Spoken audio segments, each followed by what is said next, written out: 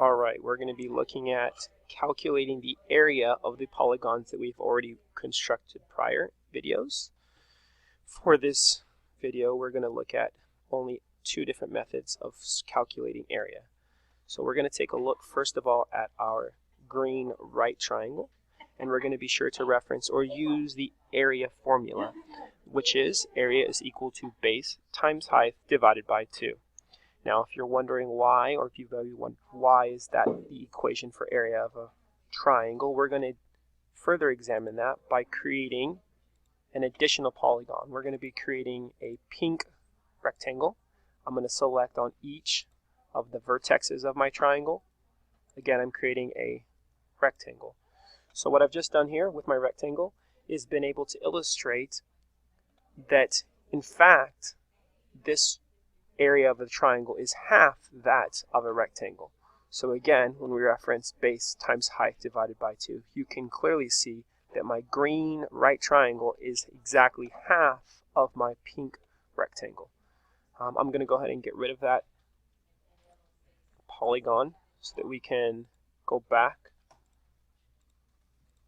to calculating the area of my right triangle. I'm going to select my pen so you can see my writing here.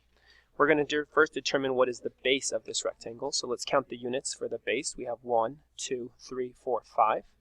5 is our base. Let's count our height. We have 1 unit, 2 unit, 3 unit, 4 unit, 5 unit, 6 units. So our height is 6 units. So let's go ahead and write that out. We have 5 base times 6 for my height. And don't forget that very critical last step, which is to divide all of this in half or divide by 2. So here I go. 5 times 6 is 30. And 30 divided by 2. 30 divided by 2 is 15. So my answer is 15 units squared.